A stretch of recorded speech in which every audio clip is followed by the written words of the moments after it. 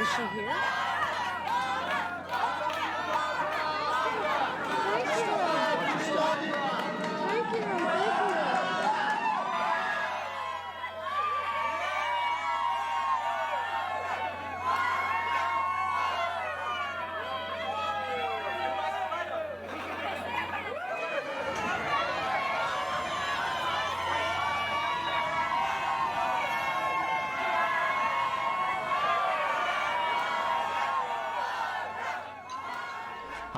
I need everybody to take their seats. Wow, this place is packed. I know you're all having a great time and having your drink and talking to each other and meeting each other, but we really need everybody to take their seats. Thank you very, very much.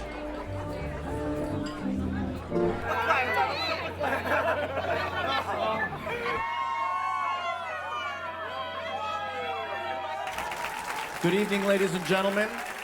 Welcome to the Village Vanguard, the historic Village Vanguard, where you're in shore for a history-making evening this evening. But before we bring on the girl singer, there's a few people who are key to this evening that we'd like you to meet. And the first one would be the owner of the Village Vanguard, and that would be Lorraine Gordon. Lorraine?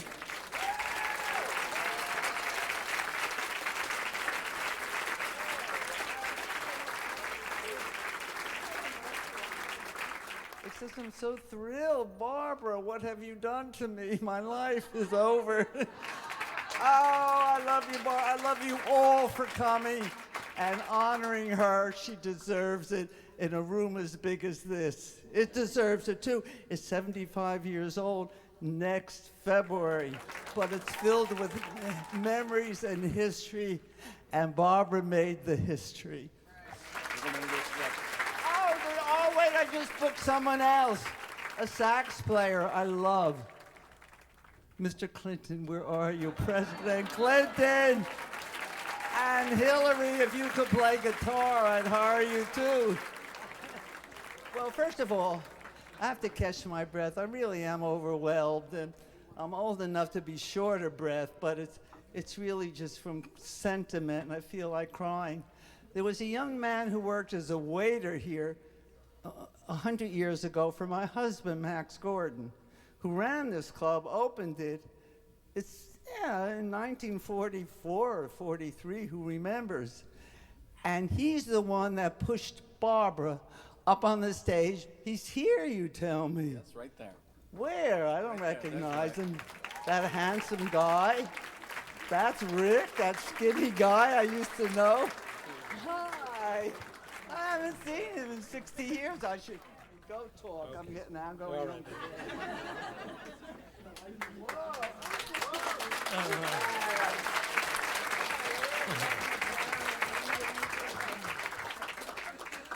I first encountered Barbara, and it was an encounter in a professional acting class where the teacher, Kurt Conway, turned to me and said, "Rick, do a scene with Barbara."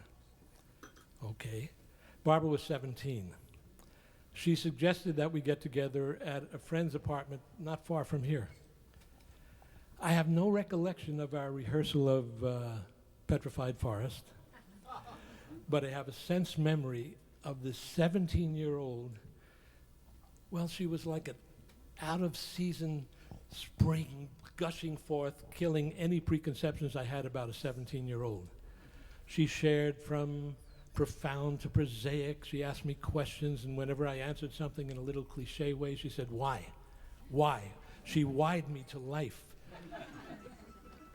And she took place in my heart at the time. I was working as a waiter here, and Barbara used to come for the second or third show. In those days, outfits played more than one show. And I'd sneak her onto the balcony. I'd bring her a ginger ale on the house, Lorraine. And she listened to the music, and then afterwards we'd go out to the Pam Pam room, I don't know if that still exists, and we'd have a baked potato and talk to Dawn. One day she told me, "I sing." And I just knew her as a young actress. I said, "Really?" But Barbara had no throwaway lines. And I thought, I called a friend of mine, Morris Nanton, a great jazz pianist from New Jersey. I said, "Come in. This chick says she could sing. I want to check her out." So he came into a studio that Barbara told us to go to. It had a piano and a cot. Barbara used to sleep on that cot. In the place where we went to rehearse, she slept the other nights. All her worldly possessions were in 2 shopping bags. Barbara sang 3 standard songs, which I've heard forever, and I never remember the lyrics. But when she sang, first of all, her tone blew Morris Nanton, the musician, and me away. But the actress in her made these lyrics alive. And I thought, oh, I got to do whatever I can for this kid who sings. I said, Barbara, Max started Sunday matinees where unknowns could come and perform. I said, come next Sunday. And Barbara never asked a question. She said, okay, I'll show. I always had a good relationship with the musicians here who I loved and respected. So I went to Wynton Kelly, who was the piano player for Max, not for Max, for Miles, and Jimmy Cobb, the drummer, and Paul Chambers, the bass man. I said, do me a favor. This chick sings. Please play behind her 1 number. And they said, yeah, cool. They came on stage. Barbara got on stage, introduced her, and she whispered to him a couple things, and I think she sang about 3 phrases so we can get the key, and she sang and she blew everybody away. I was standing in the back by the check room, and Max Gordon was there. I said, Max, what do you think? He said, she's too undisciplined, too undisciplined. I said, oh, Max. I said, in 6 months you'll be paying her big money to sing at the Blue Angel, which he did. Then one day she said, please, I want you to meet somebody who wants to manage me. I want to get your response. So I said, sure. Have them pick me up at like 2, 3 o'clock in the morning when I get off. And she came with this guy, and we went to the Pam Pam, of course, and we had baked potatoes.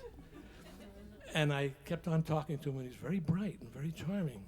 I said, what's her potential from you? He says, she has no potential. She's unlimited. The gift that she has as a singer, as an actress, and who knows what else, I'm going to do everything so she could express it. I said, whew. That and the fact that he picked up the check at the Pam Pam. I turned to Barbara and said, he's your man. Marty Erlichman, where are you?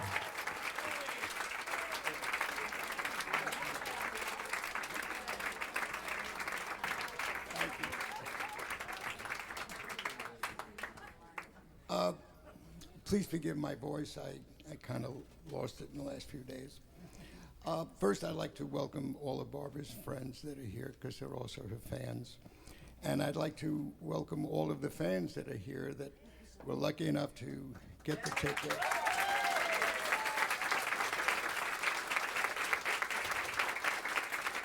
I have one story to share. Prior to my signing Barbara, she called me and she said, look, I'm in the Caucus Club in Detroit. Do you know it? I said, yes. She said, I'm getting $150 a week and they want to keep me over for 2 weeks. Can you get me some money? I want 200 plus suppers. And they've only offered me 175 and no suppers. I said, I'll take care of it. She said, how? I said, that's what I do. So I flew into Detroit on $300 borrowed money from the guy who owned the Hungry Eye in San Francisco.